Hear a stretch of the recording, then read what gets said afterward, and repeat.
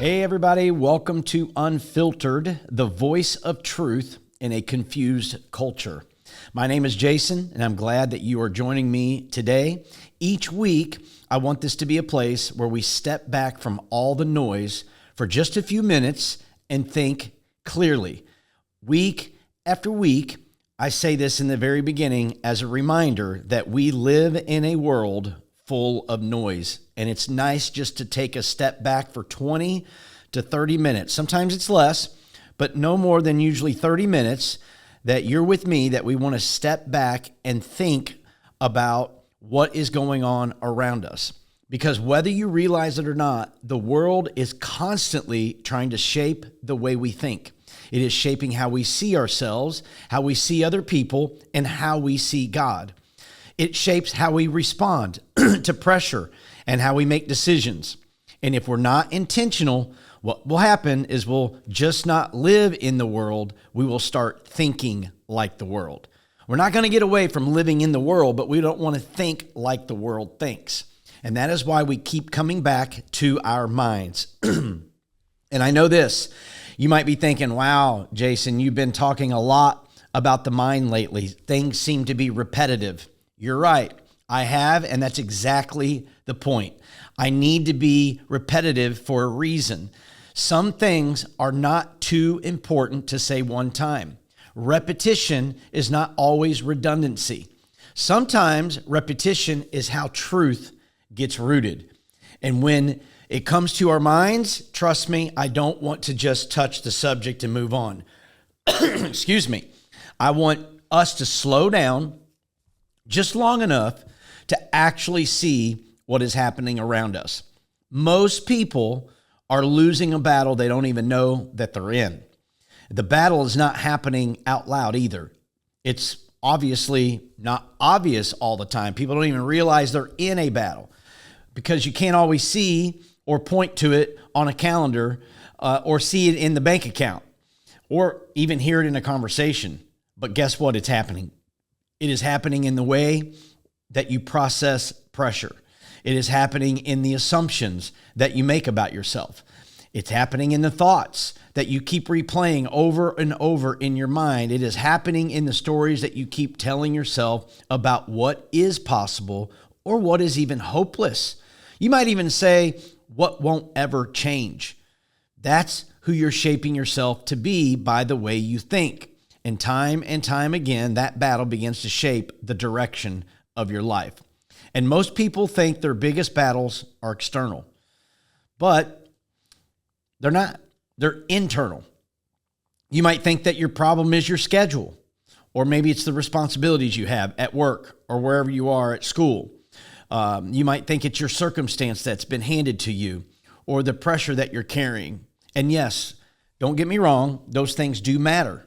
I don't want to minimize real pressure or real problems. We all have them. But the greatest battle that you and I face is not just what is happening around us. It is happening within us while all those things are happening around us. So, two people can walk through the same pressure and respond completely different. As an example, one person may shut down while the other person begins to step up. If it's in a negative situation, one person might get bitter where another person gets better. If it's with circumstances, one person might see an obstacle and assumes it's over, where another person sees that same obstacle as an opportunity and starts asking what needs to be learned, adjusted, or built in their life. So what is the difference between those two people? It is not always the situations. As a matter of fact, a lot of times it is the thinking underneath the situation. It is the way we think. And that is why this matters so much. Because long before something shows up in your decisions, it usually takes shape in your thoughts.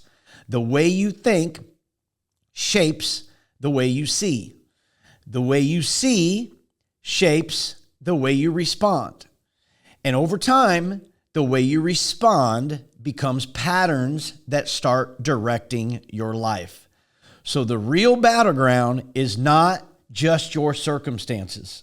It's not just everything around you. It is your thoughts. And this is where we have to be honest, because most people do not lose the battle in their mind in one big dramatic moment. Usually, they lose it slowly. A thought shows up here or there, and instead of challenging the thought, you accept the thought. The enemy is very good at planting suggestions in our minds, and then we begin to ponder that. And it doesn't seem dangerous at first. I mean, guess what? It feels honest a lot of times. It feels reasonable. Or maybe it just feels like that's just who I am. That's just what I do. And then that thought becomes, I'm not enough. And at first, that might feel extreme, but it may not feel like something that is trying to redirect your life as well. It could be just a private insecurity that you have. So you let that sit, and then it becomes back again, that thought about you not being good enough, and then again and again and again. And trust me, as a pastor, I know a lot of people that wrestle with this. It's a real battle that they face about what they think about themselves, or maybe what you pondering what other people are thinking about you. And now you start to walk into rooms differently. When you have the mindset that you're not good enough, or you have the mindset and you're wondering what everybody else is thinking of you, you start to walk into rooms differently. You begin to hear the feedback about things differently. You hesitate when you should move forward. You pull back from opportunities because somewhere underneath all of it, you have started believing a lie about who you are or what other people think about you. And it has nothing to do with your situation that has changed, because your thinking is what matters. This is how the battle is lost, not always in the moment, but in a pattern of the way we think. And the same thing happens with fear. A thought shows up, and what sometimes, wisdom asks questions, and leadership has to count the cost, right? But fear does something different. Fear does not just ask the question. Fear keeps replaying the worst case scenario until it becomes the lens that you see through. I want you to think about that for a minute. When we live in fear, it becomes like these glasses I have on, and everything we look at life, we look at it through the lens of fear. So now you're not just considering the possibility of failure. Now you are expecting failure to happen. And when you expect failure to happen, you start making decisions that protect you from risk instead of decisions that move you toward obedience, growth, and responsibility. What do? You hesitate. You shrink back. You play it safe. You talk yourself out of what you used to pray for because you don't believe it can happen. And again, nothing may have changed externally, but internally, a thought became a belief, and that belief became what shaped your decisions. This is why I want you to see the pattern. This is why I keep repeating the same thing over and over in different ways to help you, because a thought does not always stay a thought. If you accept the thought long enough, it can become a belief. And once it becomes a belief, you begin to act from that belief system. And those actions become patterns in your life. And eventually, those patterns begin to shape the life that you are living. This is why your life is usually moving in the direction of your dominating thoughts. The thoughts that you think about every single day, they're dominating you. And your life begins to take shape down that path of the way you think. Not the thought you have once in a while. All right, it's not the thought that you post online that you want everybody to believe that you have. It's not even the thought that you wish you had. It's the dominating thoughts. It's the thoughts that keep returning about who you think you are, about what you think others think about you. It's those thoughts that you keep agreeing with, the thoughts that you keep allowing to interpret your life for you. And this is why so many people feel stuck. They are trying to change their life without changing their thinking. I like to call it stinking thinking, because that's usually what it is. When we start having these negative thoughts, it's stinking thinking. And I don't know, maybe you're trying to fix outcomes without addressing the source. Maybe you think that everybody else is the problem, when ultimately it's you because of the way you're thinking. You want different fruit in your life, but yet you haven't dealt with the root system underneath it, right? We're always surface band-aiding everything. We don't ever go to the root of the problem. That's our culture. That's society. I see doctors do it. I see therapists do it. I see it all over the place. We never want to get to the root of the problem because the root of the problem takes a lot of work. And sometimes it's painful to get down there. And so what you do for quite some time is you begin to manage the pain from the outside. Because you can hold things together for a little while. You know, you can force better behavior for a little while. That's called behavior modification. And you can try to appear confident and have peace and be disciplined or strong. But when pressure comes, when real life pressure comes, you will usually fall back to what has been built on the inside of you, the foundation that you have been focused on. That is why your thinking matters, because pressure does not just create reactions. A lot of times, pressure reveals what has already been rehearsed. You've already been thinking about the decision that you're going to make if this happens. You've been playing it over and over in your mind. And if you've been rehearsing fear, then pressure will expose it. If you've been rehearsing insecurity, guess what? Pressure will expose your insecurity. And if you've been rehearsing bitterness, pressure will expose that as well. But if you have been building your life on truth, faith, discipline, conviction, pressure can also reveal that. And that is the goal, is not to pretend negative thoughts never show up. They do. I get them quite a bit, actually. I get them. I think I get negative thoughts every single day. But it's what I do with those thoughts is what matters. Those thoughts are not always real. Your feelings are also not facts. You're going to have thoughts that you did not invite into your mind that just happened because of the sin nature, or because the enemy is very good at planting these, suggesting these thoughts into your mind. And you're going to have fears that are going to come to the surface, no doubt. We all have fears at some point. And you're going to have the moments where your mind starts running in the wrong direction if you're not careful. Because the goal is not to eliminate every thought. We got to have thoughts. We got to have critical thinking. The goal is to stop giving every thought authority.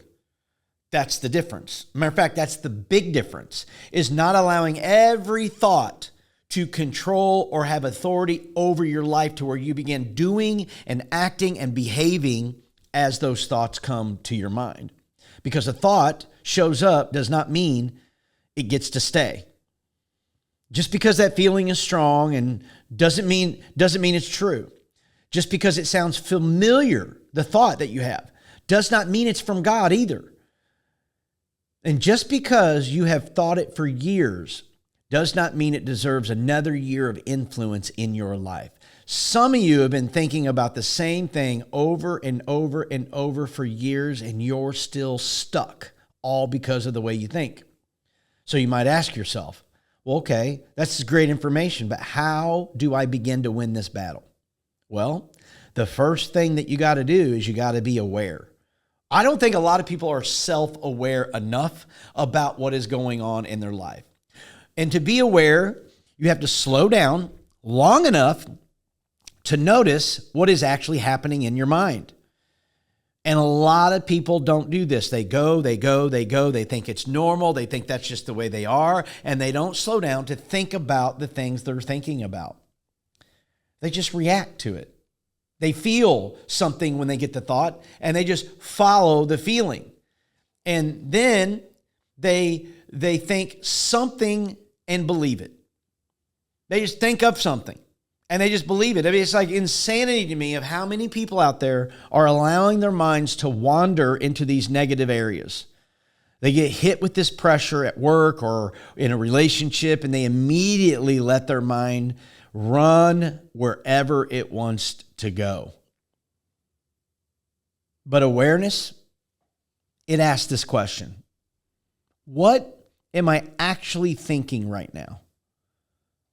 That question can actually interrupt a pattern. You need to have a pattern interrupt in your life, especially if you're always thinking negatively. You just pause and just ask yourself, what am I actually thinking right now? And once you recognize that thought, then you decide what you do with the thought. And then that leads to the next part, right? You know the thought, you realize it, and now you decide what you're going to do with the thought. If it is a negative thought, I'm going to tell you right now, negative thoughts don't come from the Lord. So the next thing you got to do is you got to decide what to do with it. You have to challenge what is not true, because not every thought deserves agreement. Some thoughts that you and I think about need to be confronted. Some thoughts need to be rejected and replaced. And some thoughts, they need to be exposed for what they are, which is lies. So when a thought shows up, you have to learn to ask yourself, what is true? You might have to ask yourself, is this helping me? Is this aligned with who God says I am and where He's calling me to go? Because if the answer is no, then it does not get to lead. The thought does not get to lead. You replace the thought with a positive thought.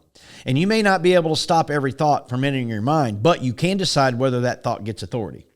So you replace it with the truth. What does God's word say? What does God say about you? Because you cannot just remove a wrong thought and leave the space empty. Something else will fill that area up. So if the thought is, I'm not enough, then you got to replace it with the truth.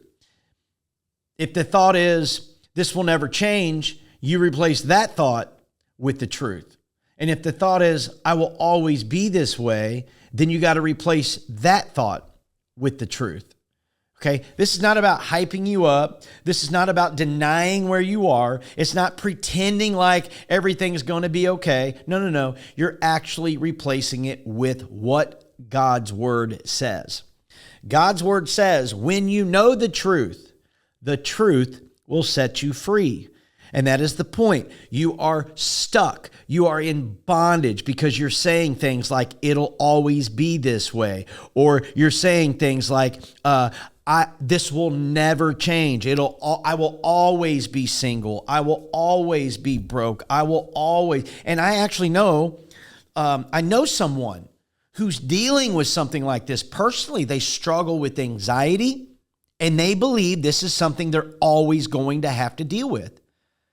Well, when you think that way, that becomes your truth, that it's always something you're going to deal with.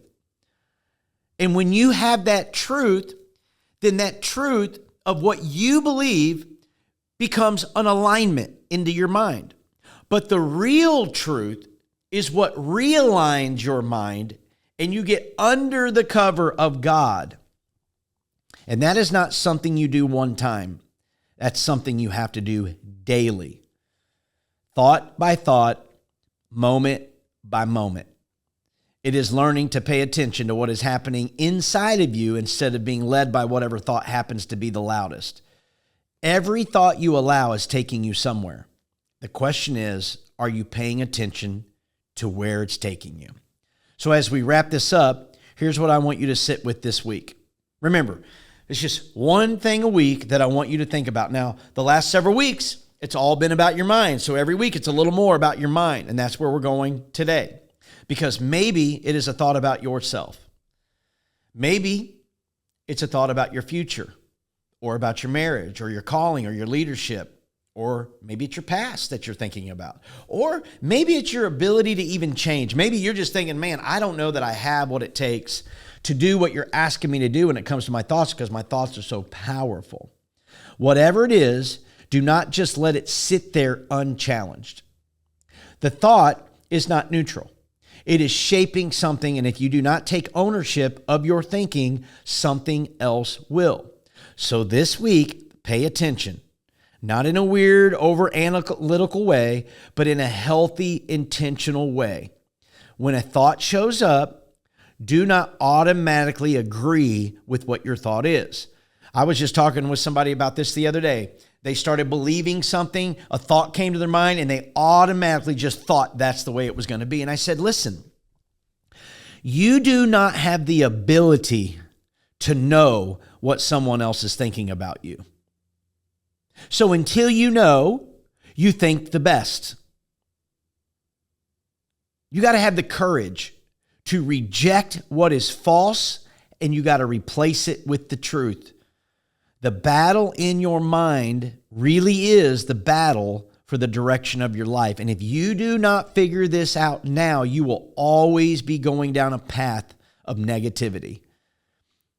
You'll always be stuck where you are. And I'm not saying this is easy for everybody. It's easier for some, probably based off personality and the way they are, but it's not easy for everybody, and everybody does have to deal with thoughts. So, remember, focus this week on those thoughts, being aware of what you're thinking about, and then do something about it. If this episode has helped you in any way, shape, or form, I want you to do me a favor. I want you to share it with someone you know who needs to hear this about their thinking. And then I want you to make sure that you subscribe to this podcast channel so you do not miss what is coming next. Every week I come out with a new episode helping you shape the way you think, helping you be aligned with the not with the culture, but with God's word. And listen, I'm just getting started. This is just the beginning of what is going on. So I need you to subscribe to the channel. I need you to share it with somebody you know. Tell them to subscribe. And remember, truth still matters even when culture says it doesn't. We'll see you next time.